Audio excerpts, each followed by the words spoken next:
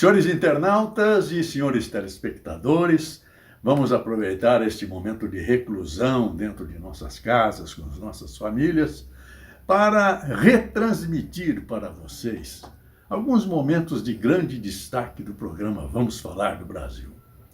É um programa que tem por destino realçar as grandes figuras da sociedade brasileira, artistas, industriais, produtores rurais, nossas mulheres, etc. E nós tivemos grandes personalidades aqui presentes. E hoje vamos reproduzir para os senhores a entrevista concedida por Armando Ferrentini, um jornalista de grande prestígio no meio dos jornalistas brasileiros, principalmente no setor de marketing. Editor da editora Referência, da revista Propaganda e Marketing, é um homem respeitabilíssimo no nosso meio jornalístico. Armando Ferrentini, vamos falar do Brasil.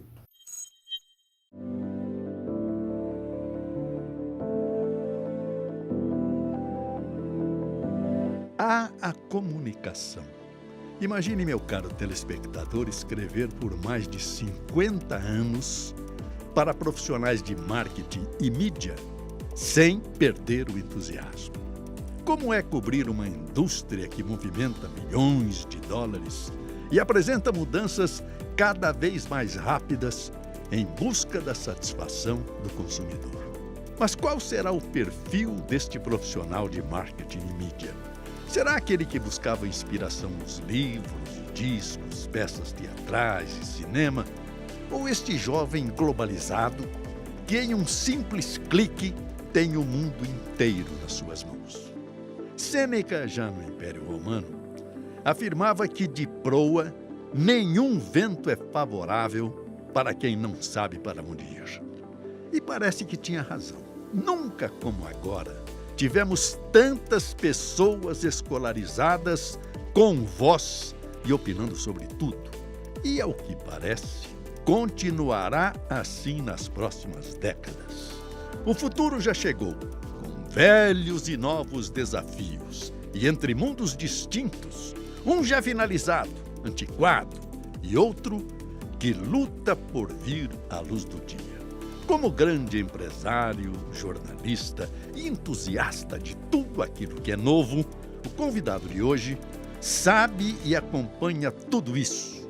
Ele é parte integrante dessas mudanças, por isso neste Vamos Falar do Brasil, eu quero saber se ele concorda ou não com o lema de Peter Drucker, de que, em algumas vezes, o mais importante na comunicação é ouvir tudo aquilo que não foi dito.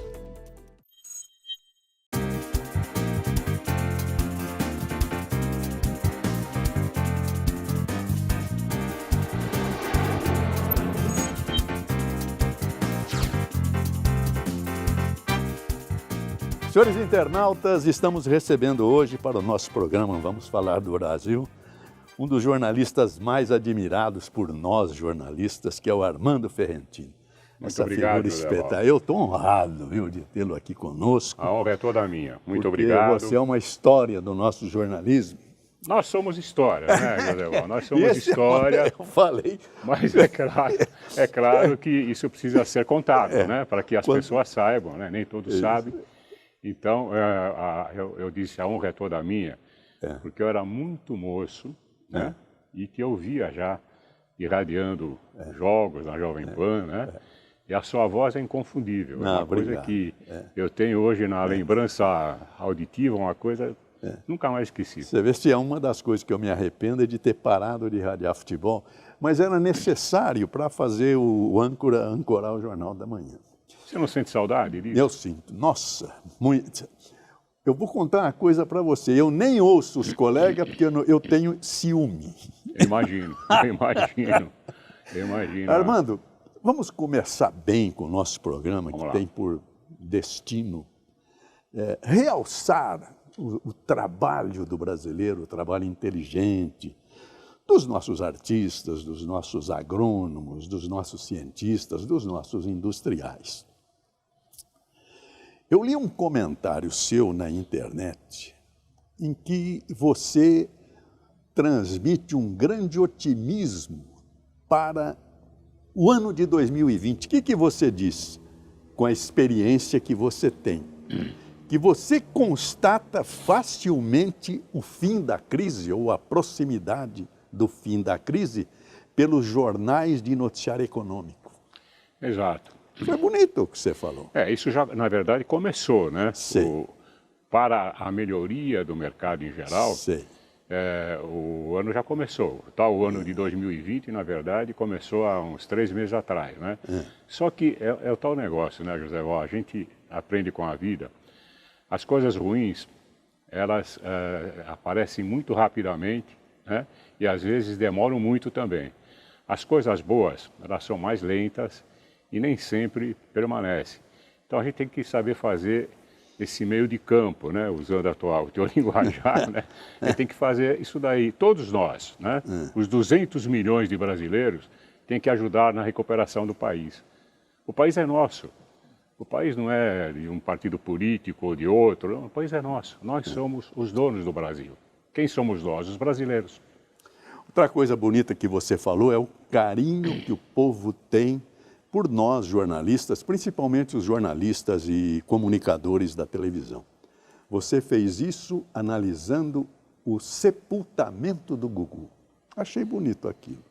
Que bom, que bom. Até me emociona, né? Porque me deixou extremamente chocado, né? Todo o Brasil, né? A maneira como aconteceu o acidente, né? E ele era, né? Mas é até hoje, não é porque ele morreu que isso acabou. Ele é uma pessoa admiradíssima, né? Por todos nós brasileiros. E, de repente, um acontecimento até doméstico acaba com a vida de uma pessoa tão importante para todos nós, né? E eu me senti na obrigação de comentar isso. Não sei se fui feliz ou não. Foi. Mas eu acho que eu consegui reproduzir. Porque realmente foi uma demonstração de carinho muito grande do nosso artista Gugu que se foi. Não é, Ferrentino? Olha, agradeço esse seu elogio, né? Eu acho que isso é um reconhecimento quando a gente faz algo em prol de uma entidade. O Gugu era uma entidade, não era simplesmente um ser humano, né? Ele era uma entidade e as entidades, quando nos deixam, além de deixar saudades, elas deixam uma profunda ausência, uma profunda falta, né? O Brasil tem poucas entidades. Isso talvez seja um dos problemas do Brasil. Com o tempo isso vai desaparecendo. Mas as pessoas que têm realmente muito mérito, muito valor, elas são, em relação à população brasileira, do ponto de vista também dos comunicadores, elas são um número limitado, né? Nós devemos ter mais comunicadores. Eu estava comentando com o Hélio Silva, você conhece o Hélio Silva, né? Conhece bem, né? Foi uma das bênçãos da minha vida este ano. Da minha também. Nós fizemos vários trabalhos juntos, né?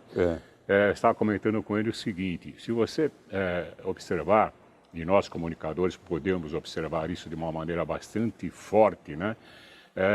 Os países mais desenvolvidos são aqueles que têm melhor comunicação. Comunicação em todo sentido. Ao contrário, os países menos desenvolvidos não têm uma boa comunicação.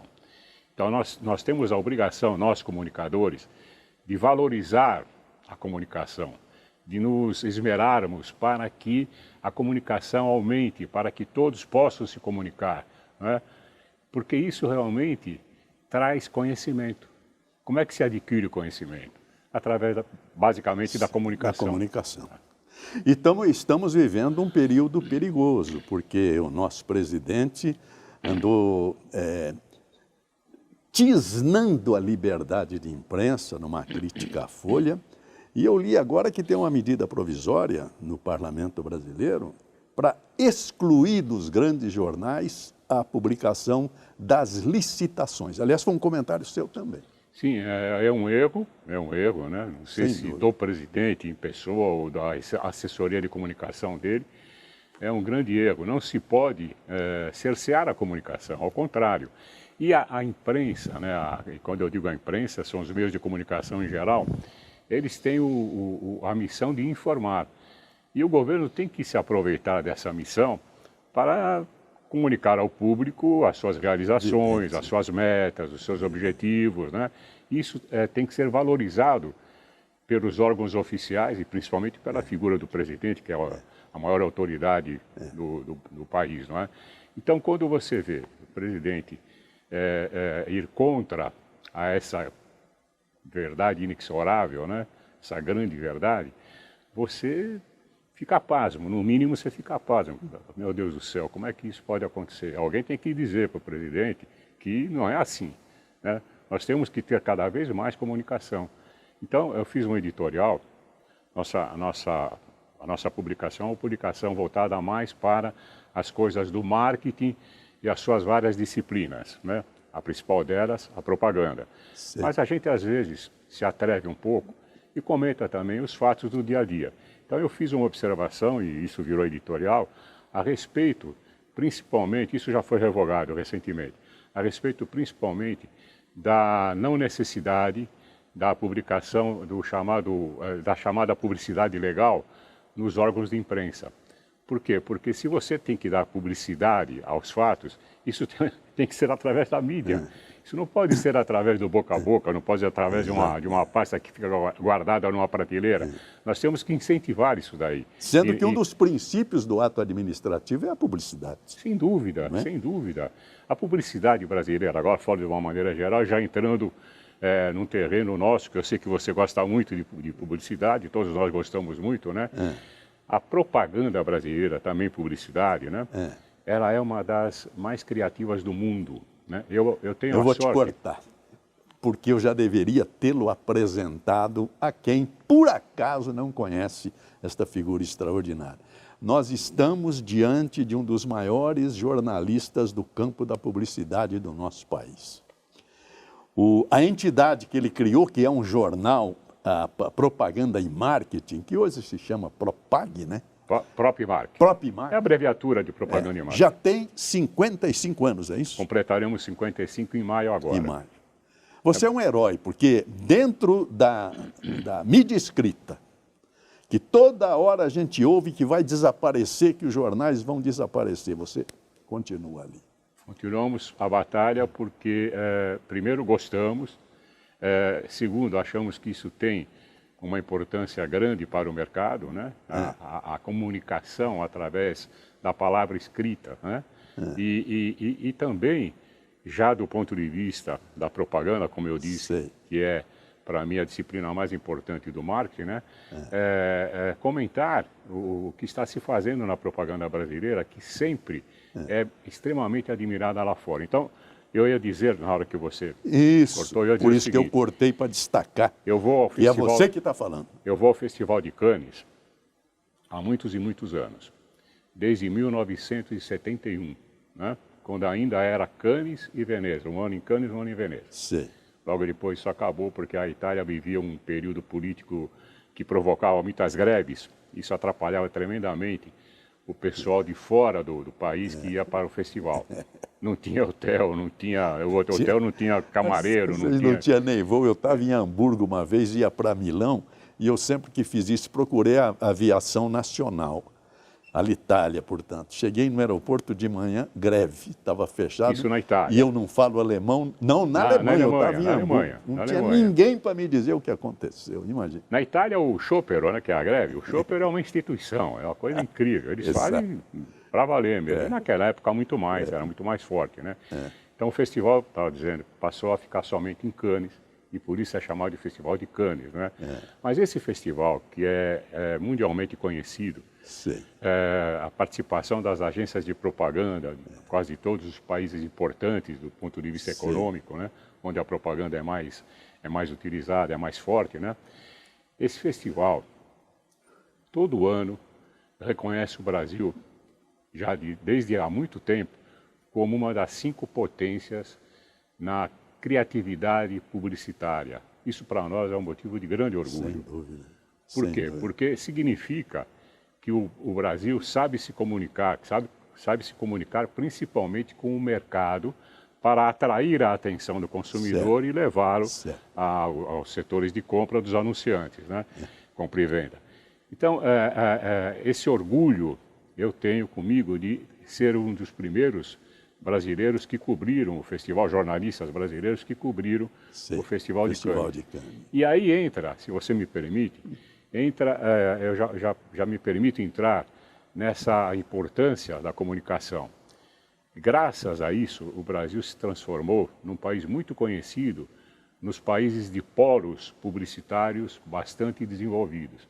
E também não foi à toa, e graças a isso, que hoje muitas agências de propaganda genuinamente nacionais foram adquiridas ou totalmente ou parcialmente pelas grandes multinacionais do setor, que trouxeram a sua experiência também, trouxeram as suas ideias de organização, mas adquiriram, e eu tenho certeza que elas têm consciência disso, a importância da criatividade brasileira. Porque o brasileiro é, para sorte nossa, um ser extremamente criativo. Dentro do tema, aproveitando, eu gostaria de ouvi-lo, assim, só para ilustrar nosso programa, quais as propagandas bonitas que você destacaria no passado todo da nossa história publicitária? Eu prefiro não responder, porque eu sou um jornalista que dou as minhas opiniões, né? Mas que também dependo do apoio das agências, dos anunciantes. E então, além do mais, se eu for falar uma, eu tenho que falar mais de 100, né? Acabei de falar que o Brasil é um dos mais criativos do mundo, né? Então, são aquelas que ficam realmente na mente do consumidor, né?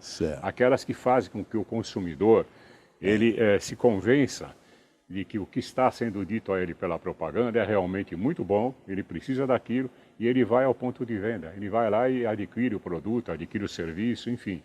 A propaganda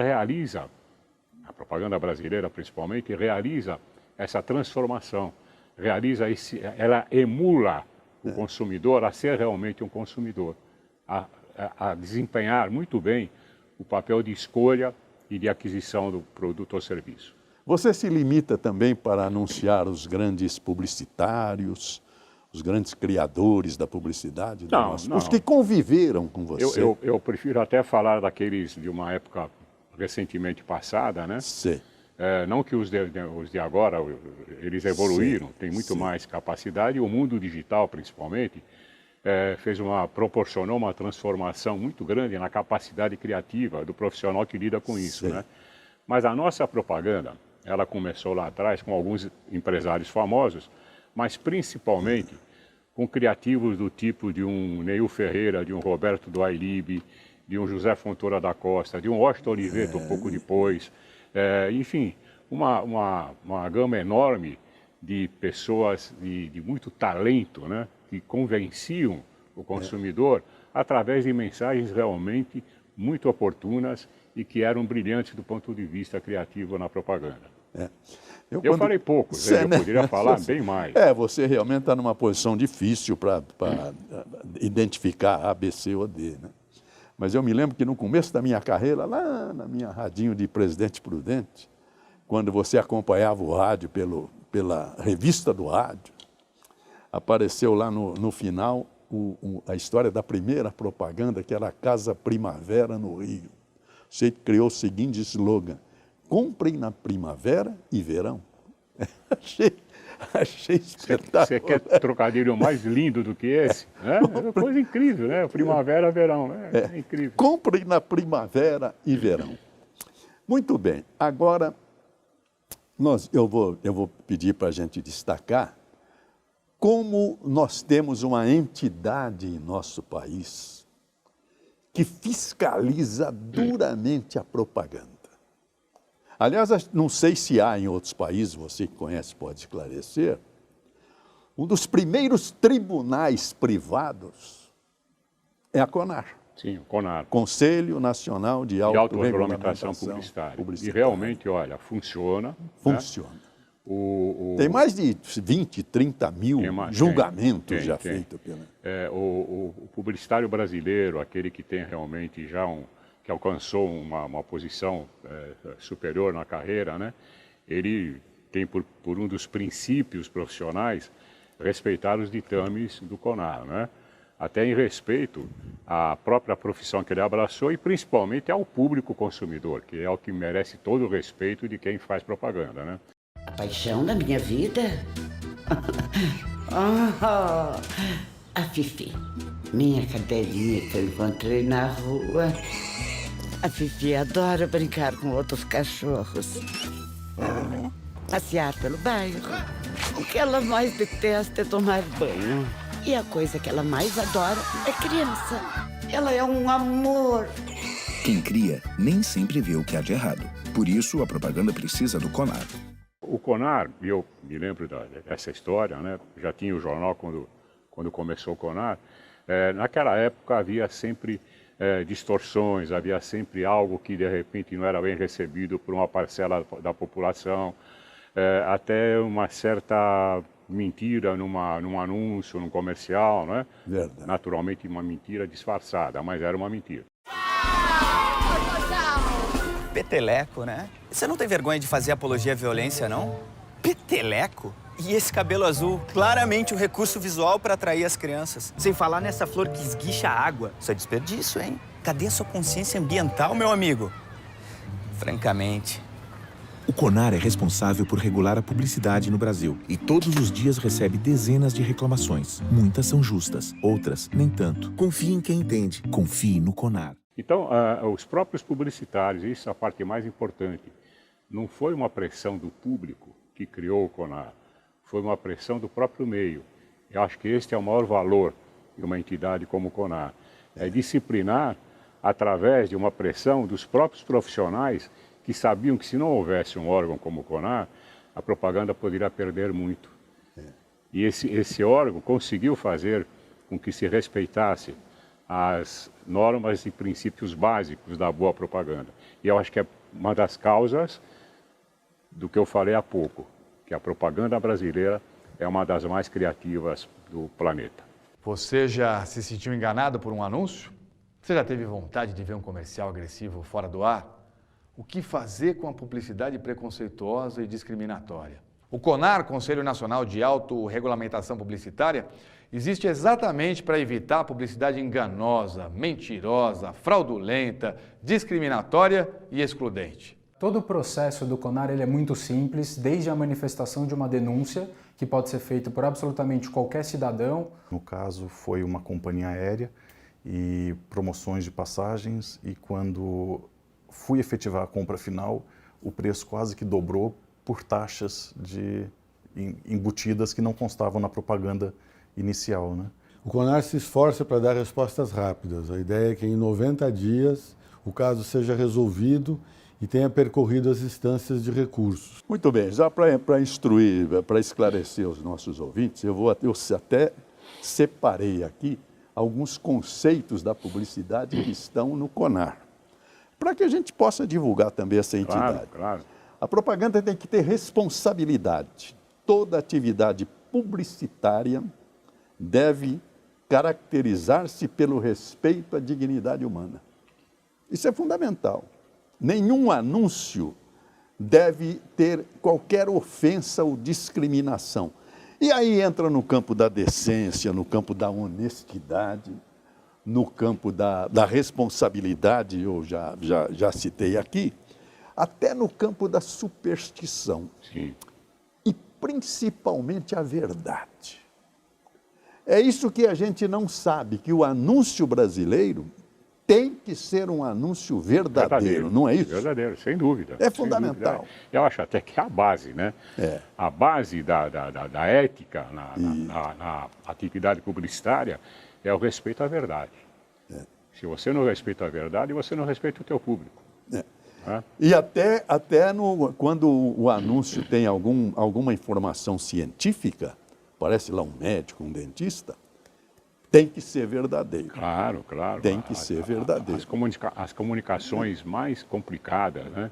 Que são as comunicações médicas, por exemplo, laboratórios, etc., certo, tem que obedecer também às regras da verdade, é evidente. E são os especialistas nisso que fazem com que realmente o texto ele seja revestido da chamada verdade verdadeira, né? Isso aí. Que é o que nós temos que sempre mudou defender. Isso no mundo moderno. Você é formado em Direito pelo Mackenzie, eu vi a sua biografia. Eu também sou. E eu me lembro que na obra do Nelson Hungria, quando ele estudava o dolo, ele falava no dolus bonus, quer dizer, o dolo bom. Você poderia dizer, casa tal vende o tecido tal, tecido que não desbota. Exato. Hoje isso não pode, porque se anunciar isso, tem que ser verdade. É verdade. Então isso houve uma alteração Total. do mundo moderno. A partir do CONAR, a nossa propaganda ficou muito mais valiosa. Ela que sempre foi boa, né? Como eu disse no início, ela ficou muito mais importante, muito mais valiosa, porque passou esse sentimento de verdade para o público. Passou esse sentimento de, olha, você não está sendo enganado, para o público consumidor. E é por isso que, inclusive, uma coisa curiosa, o Brasil, o público brasileiro, melhor dizendo, é um dos públicos de todo esse planeta enorme, né? Ele é um dos públicos que mais gosta de propaganda. Você sabia disso? Não.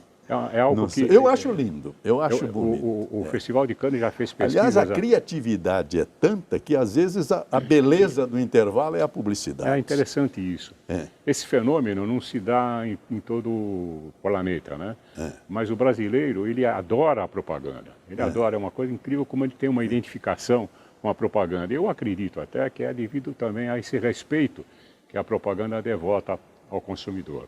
Isso faz com que a relação seja muito forte, seja uma relação de muita confiança. É verdade.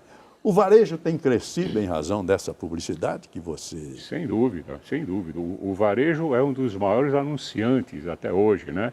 É claro que o varejo nem sempre ele pode ter aquela criatividade de um anúncio de uma bijuteria ou de um perfume ou de algo mais sofisticado. Mas eu venho de uma época, né, já foi dito aqui, começamos há 55 anos atrás, onde a propaganda em varejo ela era eminentemente uma publicidade para vender, para limpar o estoque, né, das grandes lojas, como naquela época havia a Pirani, Eletroradiobras e tantos outros magazines, né, Sears, né, e tantos outros. O tempo foi modificando. Esses grandes varejos, eles foram sendo trocados por empresas menores, mais habilitadas a atender melhor o consumidor. Isso influenciou, inclusive, a publicidade. A publicidade de varejo ainda é uma publicidade de venda imediata. Não é apenas de formação de imagem. Ela tem que vender, não é? Mas a característica das campanhas e dos anúncios isolados, dos comerciais isolados de lojas de varejo, ela é hoje muito mais sensível, muito mais apropriada à evolução do próprio consumidor do que há 30, 40 anos atrás. Mas eu queria que você me permitisse uma observação. Pois não. Enquanto você estava falando, eu falei alguns nomes, e eu queria falar de um nome que para mim foi o mestre da criação publicitária no Brasil. Ele está afastado. Devo visitá-lo nos próximos dias. Alex Pericinoto. Nossa! Alex Pericinoto, meu amigo, esse. Ele foi, na minha visão, ele foi o pai da nova publicidade brasileira do ponto de vista criativo, né? E além de ele trazer de fora, ele viajava muito para os Estados Unidos, principalmente, e para a Inglaterra. A Inglaterra, naquela época, tinha uma publicidade mais criativa do que os Estados Unidos. Os Estados Unidos era a maior quantidade. A Inglaterra era a qualidade, né? Era o país da publicidade criativa, por excelência. Né? E o Alex, ele fazia apresentações, depois que ele voltava de cada viagem, de trabalhos de agências que operavam nos Estados Unidos, na Inglaterra, na Alemanha. E muita gente, eu presenciei isso muitas vezes, muita gente novata em propaganda aprendia com ele o que era uma boa comunicação publicitária. Eu queria contar a vocês aquela história, então, do conferencista que fazia conferências de modo profissional e ele tinha um motorista que guiava para ele, ia de estado a estado fazendo conferência. Mas um dia, muito cansado, depois de fazer a palestra número 500 e pouco, ele pegou o carro e disse para o motorista: não aguento mais palestra, estou cansado. Aí o motorista falou: se eu quiser, eu faço a próxima para o senhor. Falei: como você, motorista? Falou: eu já sei o que o senhor vai falar, não é isso, já assisti 400 palestras suas, eu posso fazer a próxima. Aí ele combinou, então ele pôs a roupa de motorista e o motorista pôs a roupa de conferencista. O motorista sentou na terceira fila, aliás, o conferencista sentou na terceira fila e o motorista fez a palestra de maneira brilhante. A palestra foi tão bem feita que ele foi aplaudido de pé. E foi um sucesso, porque ele decorou tudo. Aí, depois da palestra, surgiram perguntas. Então, houve uma pergunta do gênero: conferencista, parabéns, eu queria perguntar ao senhor o seguinte: se eu aquecer o átomo 2 vezes antes de pôr no reator, será com a água gasosa eu posso ter algum resultado sem rachaduras? Ele ficou meio parado por olhar. Essa pergunta é tão inocente que eu vou deixar meu motorista responder. O Alex eu considero como um dos pais da boa propaganda brasileira. Eu não podia deixar de falar no Alex. Muito bem, foi muito bom. Eu aproveito toda essa exaltação do Alex Perissinotto para fazer um break aqui no nosso programa. Estamos entrevistando aqui Armando Ferrentini e voltaremos dentro de instantes.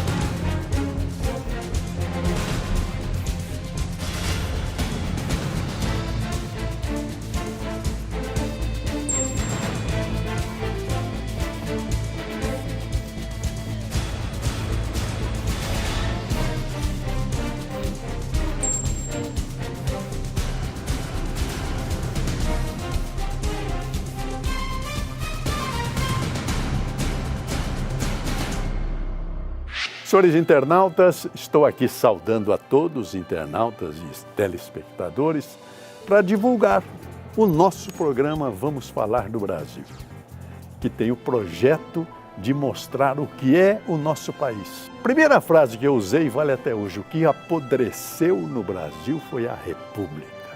A nação continua incólume, intacta. Nossos artistas, nossos industriais, nossos agricultores, nossas mulheres, todos constroem essa nação com orgulho e com grandeza. E com um detalhe curioso: todos os grandes nomes que aqui vieram para enriquecer o nosso programa citam uma frase impressionante: as empresas são as pessoas. Mais do que o produto, as empresas são as pessoas e se valorizam as pessoas. Por isso que eu vou mostrar para os senhores como para nós também o programa são as pessoas. Eu vou citar as pessoas que já vieram. Veja bem, começou com o governador João Dória. Deixou o palácio do governo e veio aqui para abrir o programa Vamos Falar do Brasil. José, você tem razão. Educação e saúde são 2 prioridades tão óbvias que devem fazer parte das prioridades de qualquer governo, estadual, municipal e federal. E acho que ele sabe o que está falando. Na sequência, veio um dos maiores jornalistas do nosso país, que é o Flávio Rico. Tem uma história tão rica quanto o sobrenome sobre a televisão brasileira. E como surgiu a Jovem Guarda, hein? Você lembra do programa? O Nelson Colaferro Júnior veio nos trazer uma experiência e um conhecimento que será o futuro da energia no país, a energia solar, que ele chama de energia voltaica. Um país com tanta luz, né? Com tanta coisa boa, tantas notícias boas. O sol está chegando para... Você está falando de outro país. Não, notícias boas. Estou falando do nosso, claro. Foi um show. O Flávio Correia, o Faveco, que é da Ogilvy, foi um homem que presidiu uma das maiores empresas de publicidade do mundo. Esteve aqui conosco falando não apenas da publicidade, mas o que ele entende por democracia e por Estado democrático de direito. O Brasil continua sendo um país, na minha modesta opinião, subdesenvolvido, né? Nós temos problemas aqui que são insolúveis, como, por exemplo, a distribuição de renda, uma barbaridade. Veio também o Luiz Tejon, do agronegócio, um homem que teve uma infância dificílima. Eu cheguei a dizer que ele era um menino inviável, que hoje dá palestra em francês na França. Mas olha, parabéns, eu te admiro, você é um inspirador.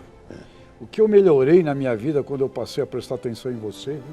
Também veio, aí foi a beleza da coisa, falar dos nossos bichinhos, dos nossos gatos, dos nossos cachorros, das nossas aves, foi o Sérgio Zimmermann, que deu uma palestra bonita sobre esse amor que o ser humano tem pelos animais. Você tem um espaço pequeno, é uma judiação você colocar um cachorro grande. Também veio figura extraordinária, ele é ministro da Saúde, Dr. Luiz Henrique Mandetta. Europeu, eles todos são sistemas já de muitos anos e o Brasil, na primeira infância, vamos dizer assim, no sistema de saúde. Esse ano o SUS faz 31 anos, quer dizer, se fosse uma pessoa, seria um adulto jovem. E o Jaime Basso, da Sicredi, uma cooperativa que está levantando e ajudando a construir a economia brasileira, sustentáculo da economia brasileira. Falar sobre cooperativismo é algo muito importante. Eu gosto muito disso, estou no cooperativismo há algum tempo e eu tenho a convicção que é através da cooperação, é através do voluntariado que nós vamos fazer um mundo melhor. Veio também o Carlos Wieser Martins, esta figura extraordinária que os senhores vão conhecer. A grande inspiração veio do Mágico de Oz, The Wizard of Oz. Na sequência veio o Milton Beck, que é o diretor-geral do LinkedIn em toda a América Latina. O LinkedIn é uma rede social profissional, então é uma rede social que tem por objetivo conectar profissionais. Mário César Martins de Camargo, uma figura linda do Rotary Internacional. Enquanto o Rotary cuida dos recursos humanos, que são os rotarianos, esse exército de 1,2 milhão de voluntários, a Fundação Rotária cuida do patrimônio e dos investimentos em programas humanitários. Como os senhores veem, também para nós, as empresas e os programas são as pessoas. Vamos falar do Brasil.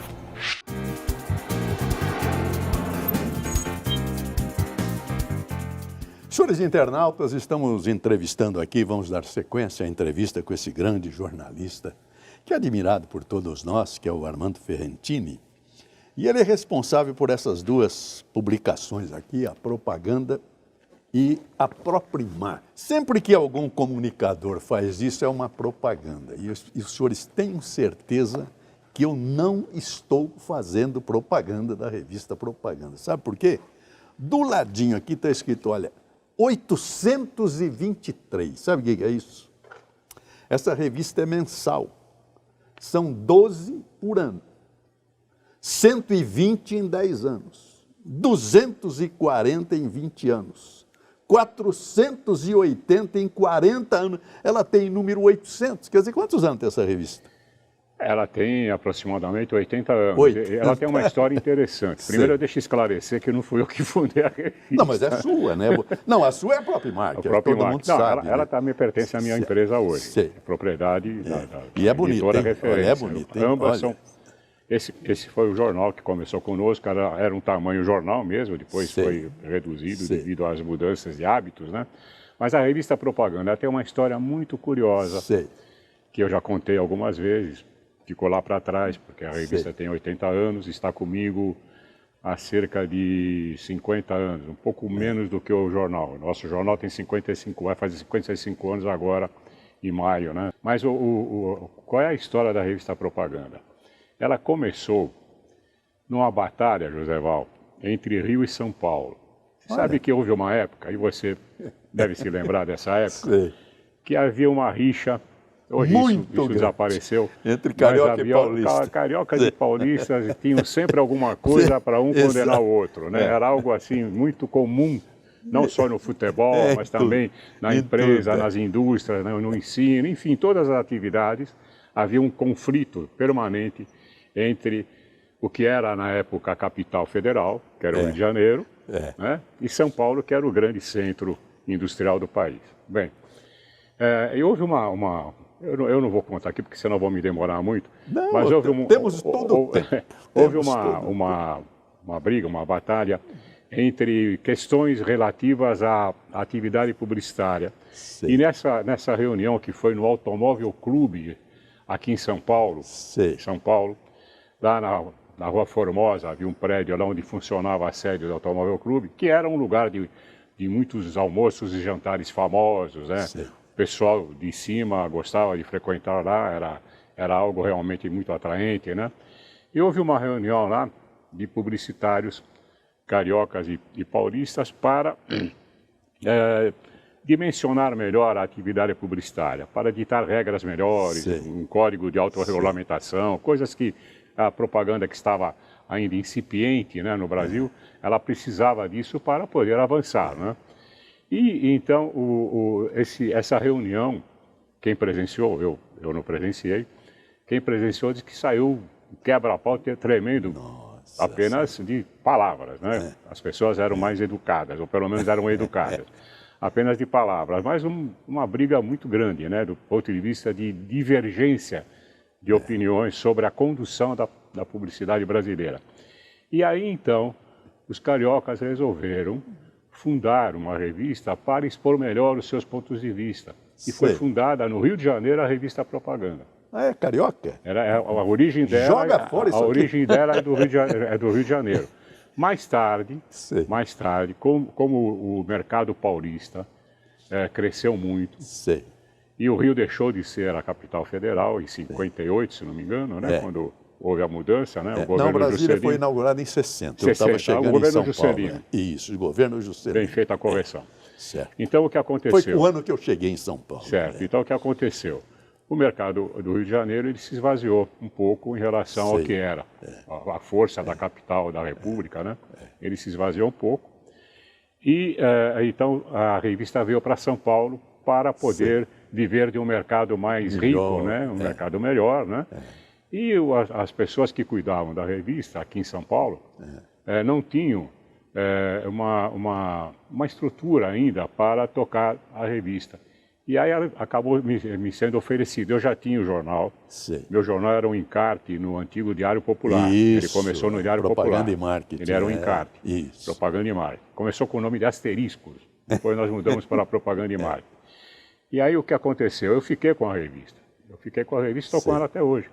E nós conseguimos dar um dinamismo a ela. Ela é mensal, o jornal é semanal.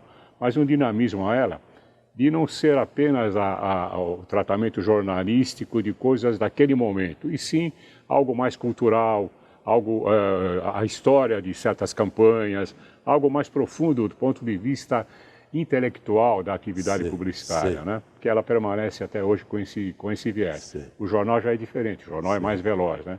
Então nós temos hoje essas duas publicações na editora referência, que é a minha empresa. Esse homem foi vice-presidente da Federação Paulista de Futebol, por isso quando ele falou dessa divergência Rio-São Paulo, eu me lembrei de nós, narradores esportivos, quando chegávamos do exterior, eram 13 emissoras, Rio Grande do Sul, Recife, inclusive a Dragão do Mar de Fortaleza, meia dúzia de São Paulo, meia dúzia do Rio. São Paulo era o Fiore da Bandeirantes, o Pedro, o Haroldo Fernandes da Tupi, né? No Rio era o Clóvis Filho, o Jorge Cury da Nacional, do Alcei Camargo da Tupi. O avião chegava no Rio, os bandidos dos nossos colegas cariocas diziam o seguinte: para a turma que vai para o interior, boa viagem. Que eles estavam descendo na capital da República, que nem era mais, já era Brasília. Mas vamos falar agora de um ato que é seu, exclusivamente seu, na verdade da sua revista, que exalta e enaltece a publicidade em nosso país. São as premiações que você dá. Vamos falar a respeito disso. Olha, uma premiação que deve ser a mais antiga no mercado publicitário, a mais antiga ainda existente, né? É o Prêmio Colunistas. O Prêmio Colunistas famosíssimo. Surgiu de uma ideia nossa para oferecer à publicidade brasileira uma premiação que ressaltasse, né, o bom trabalho que já naquela época, 40 e tantos anos atrás, a publicidade brasileira oferecia ao mercado. Nós estamos comemorando hoje aqui 51 anos de Prêmio Colunistas, né? Estaremos entregando a premiação nacional e a premiação de São Paulo. Então, o Colunistas mantém essa divisão de comemorações para enriquecer mais ainda e valorizar a propaganda brasileira, que é uma das melhores do mundo. Então, como já havia colunas de propaganda em vários jornais, inclusive no Globo, No Globo tinha uma coluna de propaganda que começou com o Jomar Pereira da Silva. E nós então convidamos alguns jornalistas que mantinham colunas de propaganda nos jornais diários, né, para fazer parte dos júris do Prêmio Colunistas. Começou em São Paulo, mas logo ele foi se expandindo para o Brasil inteiro. Até hoje esse prêmio existe. É uma premiação extremamente respeitada pelo mercado, com algumas modificações na configuração dos júris, que antes eram, como eu disse, apenas formados os júris por jornalistas, e hoje são formados, além dos jornalistas especializados, também e principalmente por profissionais de criação das agências de propaganda do Brasil inteiro. E essa premiação ela é consagrada pelas agências, consagrada pelos publicitários, porque como os publicitários formam a maioria em todos os júris, é uma escolha do próprio profissional, do que é melhor... Que é o prêmio mais valioso, quando nossos próprios colegas nos elegem, não é verdade? É verdade, eu sou suspeito para falar, mas de fato é o prêmio mais valioso, principalmente por essa característica de ser nacional, todos os estados praticamente participam, né? E pela escolha das diversas regionais da versão nacional, ser feita em sua grande maioria pelos profissionais que estão em evidência naquele momento na criação publicitária brasileira, que é, como eu falei e repito, Sabe, papai, uma das melhores do mundo. Você é o pai mais especial do mundo.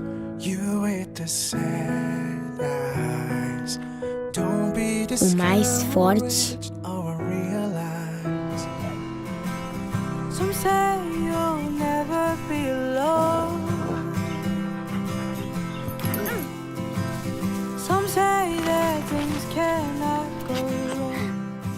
Muito bem, Ferrentini. Agora, talvez eu tivesse que ter iniciado o programa com a sua biografia, mas eu deixei para o final porque é muito bonito. Eu vi, você é de família italiana, família de imigrante. Descendente de família italiana, Ferrentini. Ferrentini. Você veio, essa família, você fez esse relato. Por que veio para o Brasil?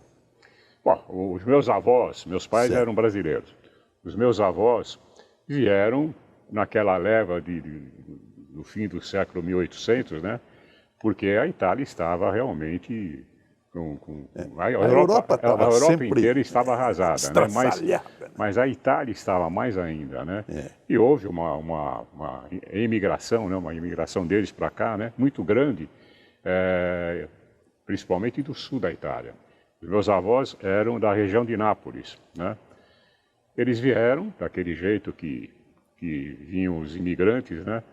Perderam uma criança no navio. Nossa! Perderam uma criancinha de pobre que vinha junto com eles. E enfrentaram aqui todas as dificuldades. Porque eles vinham para ser agricultores, né? Eles foram para o interior de São Paulo. Eles não me lembram agora a cidade, eles foram para o interior. Mas aí o meu avô, isso era uma história contada pelo meu pai, já falecido. Meu avô percebeu que ele estava sendo uma espécie de escravo, porque tinha muito disso com a imigração, né? Eles prometiam que iam pagar, mas o camarada comprava no armazém da fazenda onde ele trabalhava. Era o tempo do colonato. E ele ficava devendo sempre mais do que o salário que ele ganhava. Quilo de arroz valia uma nota. Exatamente. Então ele se reuniu com uma turminha lá, e uma turminha patrícios, né? E ele resolveu, numa noite de chuva, fugir, vir para São Paulo. Fugir? Eles fugiram porque eles eram presos da fazenda. Era obrigado a ficar preso. Tinha os capatazes, era naturalmente uma prisão disfarçada. Tinha os capatazes armados com carabinas que não deixavam eles saírem. Mas numa noite de chuva, se vê que alguém achou um caminho diferente, eles conseguiram fazer essa trilha e se meteram lá na estação de trem, ainda era só ferrovia. Não havia rodovia, né? Era só ferrovia. E no primeiro trem da manhã eles conseguiram entrar, tinham lá um dinheirinho reservado, conseguiram entrar e vieram para São Paulo, vieram para a imigração na Rua Visconde de Parnaíba. Lá ficaram algum tempo e felizmente acabaram se dando bem, se instalaram. Meu avô era um especialista em eletricidade. Ele era Seu pai já era brasileiro? Meu pai é brasileiro. Já era brasileiro. Meu pai é brasileiro. Então, ele conseguiu um emprego bom, ele era um homem que entendia de eletricidade, né? E foi morar naturalmente num cortiço lá da Rua da Moca, como era isso daí era uma mansão para eles, né? Para eles que eram escravos lá na fazenda. Nossa e assim foi feita a família, depois nasceram os filhos e se multiplicaram. Eu sou da segunda geração brasileira, né? Segunda geração brasileira, e tenho muito orgulho disso. E tive a honra e a emoção de, há muitos anos atrás, visitar o lugar onde os meus avós paternos viveram, né? Onde eles se conheceram. Lá na Itália? Na Itália, lá em Nápoles, né? Nápoles. Já o lado da minha mãe, também italianos, os pais da minha mãe eram também italianos, mas já de uma posição social um pouquinho mais elevada. O meu avô, ele veio também nessa leva de imigrantes, né? Mas ele veio de uma maneira diferente, ele já veio com emprego, uma coisa raríssima na ocasião. Olha só. Por quê? Porque ele era conhecido de algum diretor das indústrias Matarazzo. E ele veio para ser vendedor da Matarazzo e conseguiu. Ele chegou, se instalou em Cruzeiro, porque a divisão de vendas ela se espalhava por várias cidades do interior, né? Do Brasil inteiro. Ele conseguiu se instalar em Cruzeiro, que já era uma cidade grande na época, porque ela era o meio termo entre São Paulo e Rio, né? O trem parava em Cruzeiro. O trem parava em Cruzeiro, o trem fazia parada em Cruzeiro. E ele se deu bem na vida. Ele se deu bem na vida, o meu avô materno, diferente do meu avô paterno. Mas aí vieram os filhos, os netos, enfim, a origem da família é essa daí. Eu levantei esse tema não só pela sua biografia, mas para terminar filosoficamente aqui a nossa entrevista. Porque nós estamos vivendo um mundo, Ferrentini, em que o estrangeiro tem sido repelido, o imigrante tem sido repelido, e nós brasileiros estamos à vontade para falar nisso, porque os venezuelanos estão chegando e nós os estamos recebendo. Aliás, eu sempre tenho dito em comentários que nós todos somos estrangeiros. Exatamente. Netos e bisnetos. Concordo. Alguma. Porque só os índios, os nuaruaques, os tapuias, os tupis, os guaranis é que são daqui. E vai saber de onde eles vieram, né? Não é verdade? De repente não eram daqui. Exatamente. Nós todos somos estrangeiros. Mas você observa que na Alemanha, na Inglaterra agora, a Inglaterra vai ficar fora da Europa por causa dos estrangeiros que invadiram a coroa britânica. Estados Unidos, fazendo um muro diante do México. Como é que se observa tudo isso, Ferrentini? É uma situação extremamente delicada, né? Eu não sou um especialista nisso, né? Mas eu acho que todos têm o direito de viver melhor a sua própria vida. E os países mais desenvolvidos têm que criar maneiras, né, têm que criar situações para absorver os que estão vivendo muito mal nas suas terras de origem, com ditadores, com quase uma semi-escravidão, salários baixíssimos, né? O homem nasceu, o ser humano nasceu para ser feliz. Ninguém nasceu para ser infeliz. E a procura de um lugar melhor, eu acho que é um direito. É um direito de cada um de nós. Nós não podemos impedir isso. Nós temos que estabelecer regras, é claro. Certo. Mas o Brasil, o próprio Brasil, ele foi desenvolvido pelas mãos dos imigrantes de muitos países que para cá vieram. Não é um país que foi feito pelos brasileiros. Na época, quando o Brasil realmente, depois de 1500, 1600, 1700, quando veio a leva dos primeiros imigrantes, é que o Brasil realmente se tornou uma nação interessante. Se transformou, verdade. Uma nação interessante, uma nação progressista, né? É verdade. Isso se deve a quem?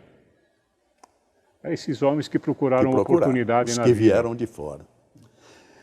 Na verdade, depois da Segunda Guerra, as nações se reuniram para formar em 48 a famosa Declaração Universal dos Direitos do Homem. E lá tem 2 artigos que me impressionam muito. É o artigo 13. Todo homem tem direito à liberdade de locomoção e residência dentro das fronteiras de cada estado. Tem direito de deixar qualquer país, inclusive o próprio, e a este regressar. Esse é o artigo 13. O 15 diz o seguinte: todo homem tem direito a uma nacionalidade. Ninguém será privado arbitrariamente da sua nacionalidade, nem no direito de mudar da própria nacionalidade. Isso está na Carta Universal dos Direitos do Homem desde 48, portanto, por mais de 70 anos. o que você acabou de ler justifica tudo o que nós falamos. É o que você acabou de falar. Você reproduziu popularmente o que disse a Carta. Eu quero encerrar com isso, senhores, porque eu sempre tive essa posição nos comentários que eu fiz, o Ferrentino. Nos seguintes termos, eu sonho uma época futura, que eu não sei se é daqui 10 anos, 20 anos, 3 séculos, 4 séculos, 500 anos, em que não haverá fronteiras no mundo. De tal forma que você, independentemente de ter passaporte, você chega num país e se tiver um burocrata lá no aeroporto que, ou por religião, ou por cor da pele, por qualquer razão, te impeça de entrar, você fala, vai para lá. Eu vou entrar. Esse planeta é meu. Isso. É isso Ferrentino, mesmo. que alegria tê-lo aqui. Muito Como obrigado. Foi gostoso conversar Alegria com você. Recíproca. Tá? Recíproca. Muito obrigado. Muito obrigado. Eu que agradeço. Um abraço. Esse, senhores, é Armando Ferrentino, uma das histórias mais bonitas da imprensa brasileira. Muito obrigado, Ferrentino. Obrigado. Vamos caminhar. Vamos lá.